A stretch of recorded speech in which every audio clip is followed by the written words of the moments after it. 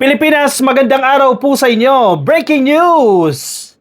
Gaya ni Sara Duterte na sinungaling, isa pa pong sinungaling na DDS, sinungaling na Diles, fake news peddler na si Jay Sonsa, inaresto na.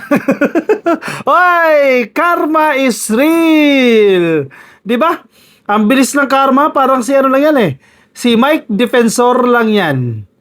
Oh, kaawa-awa naman si Jason sa dito, oh. Itong sinungaling, itong bastos na to, naaresto na po ng NBI.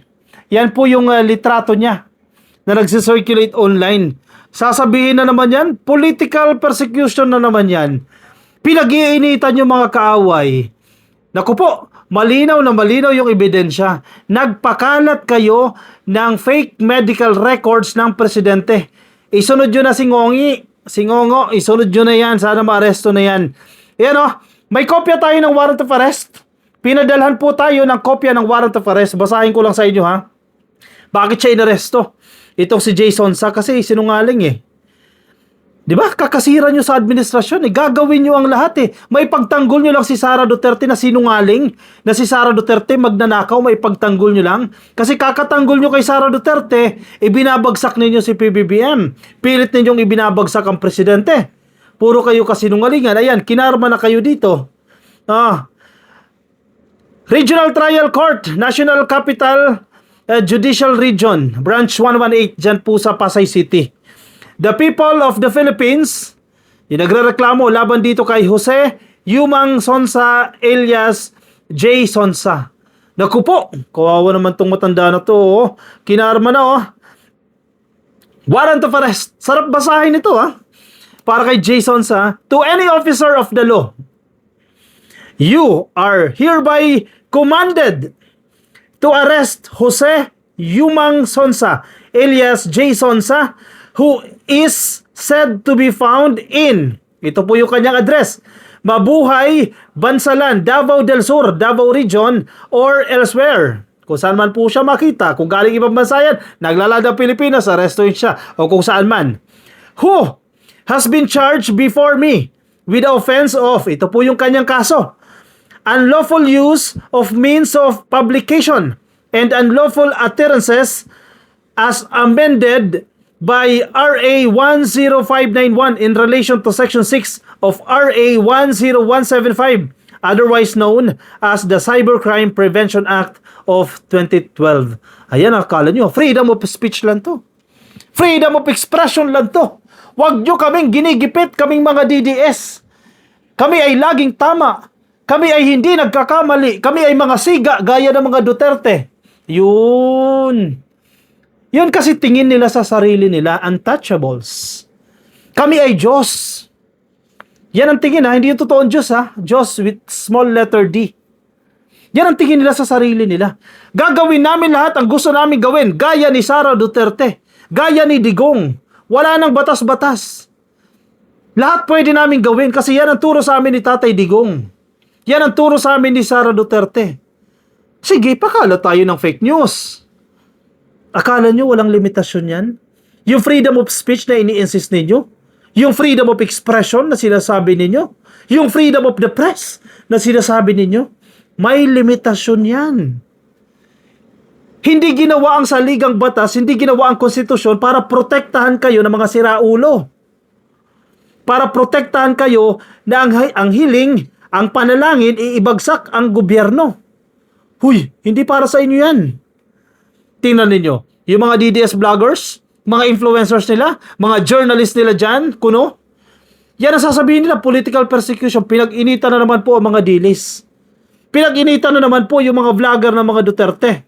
Bakit hindi ang mga bangag vloggers ang kanilang term? Bakit hindi mga vloggers ni Marcos ang ipakulong ng NBI? Tanungin ko kayo, kami ba nagpakalat ng fake news? Kami ba nagpakalat ng medical records? Peking medical records ng presidente? Ang sagot dyan, hindi. Bakit kami aarestuhin? Hindi ba kami nagpakalat ng fake news? Gaya ninyo. The bail for the release of the accused in this case is fixed at not bailable. Ano to? Bakit not bailable to?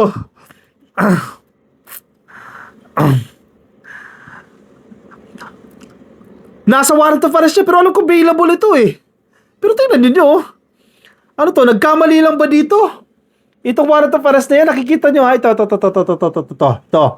Not bailable. Kasi supposedly dyan nakalagay yung amount kung magkano yung piyansa. Ito yung nasa warrant of arrest eh. Ito yung pinirmahan ng presiding judge. Si Rowena Nieves Adena Tan. Siya po yung judge na pumirma dito sa warrant of arrest. Ulitin ko ha. The bail for the release of the accused in this case is fixed at not bailable for unlawful use of means of publication and unlawful utterances as amended by yung sinasabi ko sa inyo kanina na Republic Act, no? O mas kilala po sa tawag na Cybercrime Prevention Act of 2012. Which may be furnished by the accused or the bond sum in the form of corporate surety, etc., etc. Sana tama ito or hindi lang ito typo, no? Pero not bailable, which is good news. If ever man, kung bailable yan, kasi nagagawa ng remedyo yan eh. Pag magaling ang abogado, di ba? Nagagawa nila ng remedyo yan. Pero you have to remember, bukas po ay holiday. Walang processing. Di ba? Holiday bukas, Friday bukas, di ba?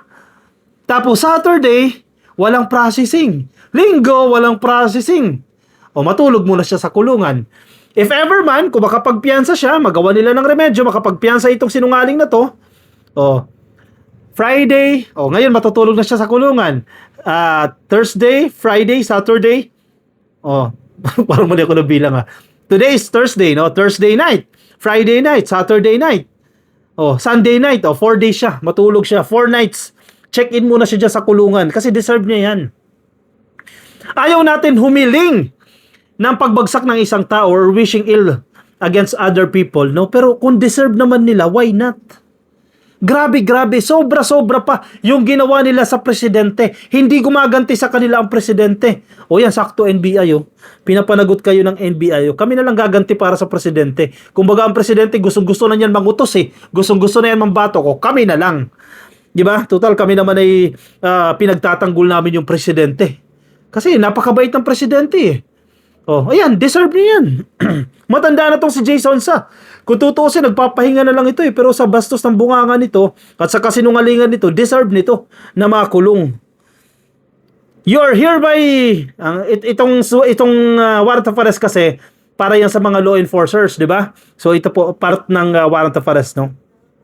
You're hereby required to use at least one body-worn camera and one alternative recording device, or a minimum of 2 devices or such number as may be necessary to capture and record the relevant incidents in the execution of this warrant of pursuant to the rules of the use of body-worn cameras in the execution of warrants. Yan po yung kumbaga paalala ni presiding judge na kapag aarestuhin nyo itong sinungaling na to, itong fake news peddler na to na si Jason Sa, magsuot kayo ng camera.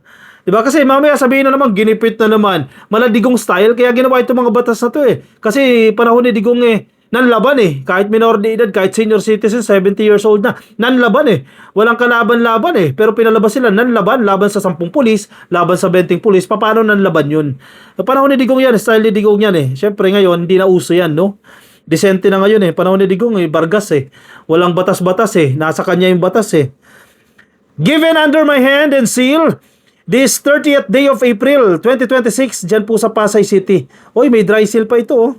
Ngayong araw lang po, fresh na fresh pa. Ayan po, nilagdaan po ng presiding judge, si Judge Rowena Nieves Adena Tan. Bilis talaga ng karma sa mga dilis, Susunod na si paano yan? Mike Defensor? Isunod nyo na yan si Mike Defensor. Isunod nyo na. Marami din ang yan marami din kalokohan yan Tignan mo, kung magsalita, kala mo napakalinis Ayun naman pala nagpapatakbo ng KTV bar. Karma nyo yan. Sige, pabagsakin nyo pa yung gobyerno. Bumabalik sa inyo. Di ba? Hindi kumakampi sa inyo ang tadhana. Ang universe, hindi kumakampi sa inyo mga kasinungalingan. Sa mga kahilingan ninyo na masira ang gobyerno. Yan mukha ni Jason Sa headline. Dati nasa media pa naman ito. Kaya kawawa lang si Mel Chanco nung kasama pa ito Anyway, Huwag natin pag-usapan yan, no? Sabi ng ABS-CBN, breaking, arestado ng NBI ang dating broadcaster, di ba? Sarap ang sarap pakinggan na arestado siya. Pero ang pangit tanggapin na dati kang broadcaster, hindi mo alam yung mga basics lang. Media law and ethics. Hindi siguro nag-aral ito, no? Arestado ng NBI ang dating broadcaster at commentator na si Jay Sonsa sa Quezon City dahil sa warrant of arrest sa kanyang nagsasangkot na pagpapakalat ng mali o ipinagbabawal na impormasyon sa publiko gamit ang internet o media. Aray mo! Pakak! Yan, sarap pa sa rin ito mga to. Sabi ng isang tangandilis, martial law na ba? Anong martial law pinagsasabi ninyo? Paano nagkaroon ng martial law? Hindi martial law yan. Inaresto si Jason sa dahil malinaw na gumawa siya ng krimen. Malinaw na nagpakalat siya ng peking medical records ng presidente pa. Buti nga hindi siya tinukhang kasi kung panahon ni Digong tinukhang na yan. Subukan nyo gawin sa ibang bansa yan. Baka na shoot to kill na kayo dyan. Diba? Anong martial law sinasabi nyo? May martial law na daw, etc. Panggigipit na naman. Ewan ko sa inyo. Sige, komento ang inyong opinion. Yung iba nagpapalakpakan, palakpak naman dyan, ka-coffee, kung natutuwa kayo sa pagka-aresto nitong Jason sa. Comment dyan sa comment section, no? Mga nasa Facebook, sige, comment kayo dyan. Share na rin po itong video na to para marami pang matuwa sa pag-aresto ni Jason sa. Mga nasa YouTube, subscribe na po kayo. TikTok, subscribe na rin po kayo. Follow kayo sa Facebook. I'll see you next video. Bye-bye.